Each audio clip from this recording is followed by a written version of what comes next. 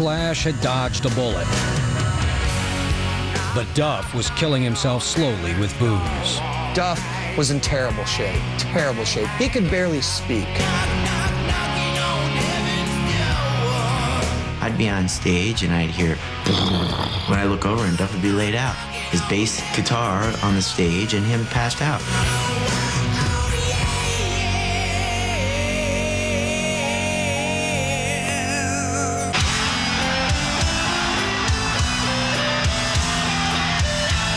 In the summer of '92, despite the offstage fireworks, Guns N' Roses joined Metallica for a stadium concert tour.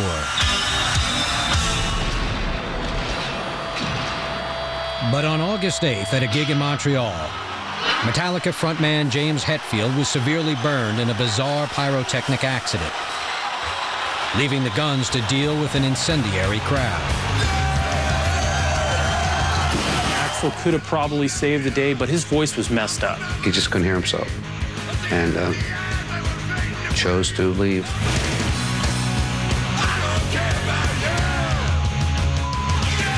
I went out to the stage and, they're shredding the place. I saw bonfires, and this is an enclosed stadium. And they just looted everything. There were cop cars overturned.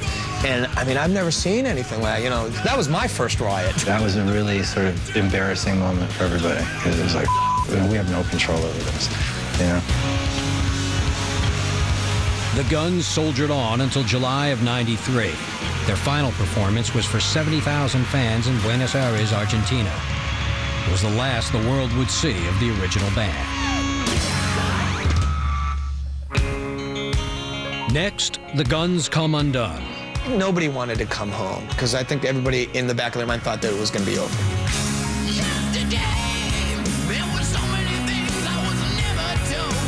When Behind the Music continues.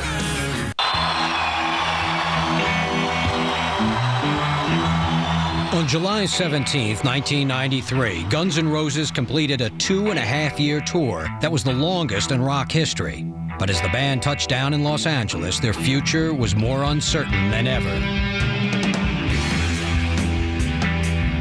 Even though the family was dysfunctional, they were still a family on the road. Nobody wanted to come home. Nobody really wanted to end, because I think everybody in the back of their mind thought that it was going to be over.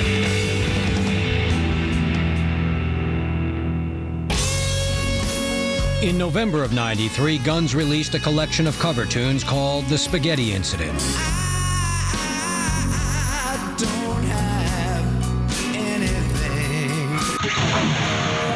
But as they began working on a new album of original material in early '94, Axl's dominating demeanor was stifling the rest of the band.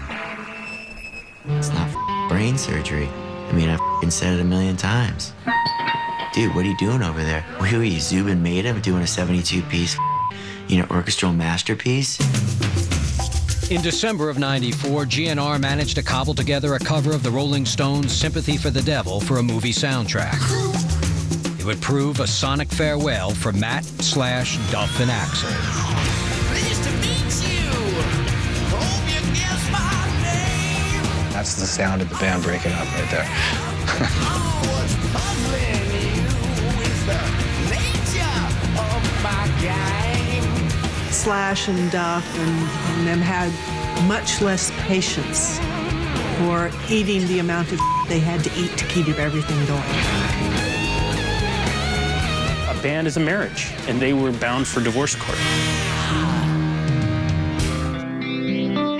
In October of '96, Slash finally quit the Guns, and Matt Sorum and Duff McKagan soon followed suit.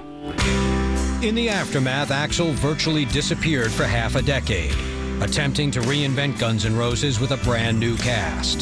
This has taken a long time. Yeah, but it's also how do you rebuild something that got so big and replace virtually every person on the crew, every single thing.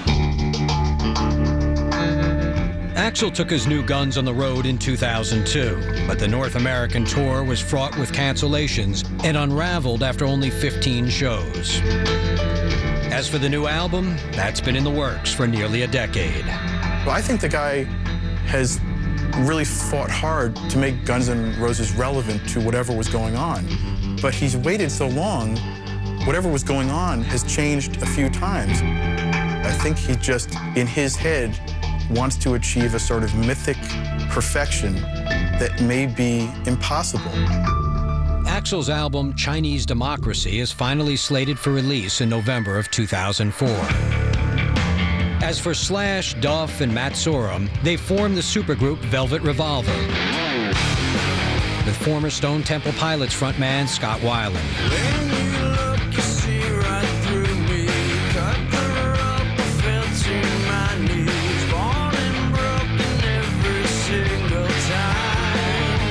In June of 2004, they released their debut album, Contraband, touted by critics as a scathing blast of righteous rock. I'm out on the road, I'm touring, I'm on stage.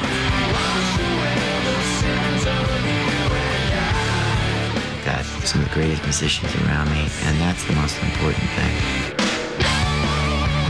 I've been in enough bands and done enough sessions and played enough gigs. After all these years now, I do understand what it is. And to finally have that come around a second time is a real blessing. Despite these separate projects, the public's hunger for the original Guns remains insatiable.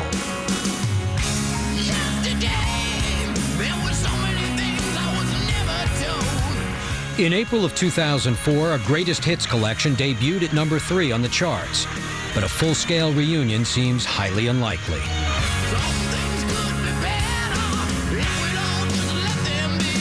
No matter how much money they stick in our face, there's no reason for us to get together to do anything unless we have some sort of mutual understanding or respect.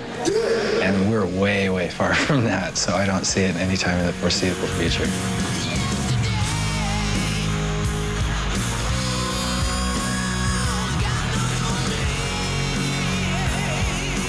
Whatever the future holds, the band's legacy will live on.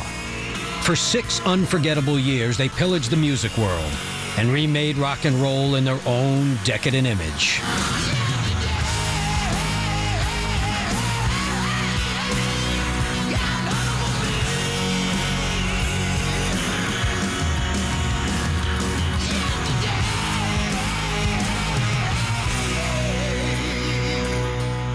That was a great experience, a great time. Will it ever be the same again? No, never. That kind of will never happen again.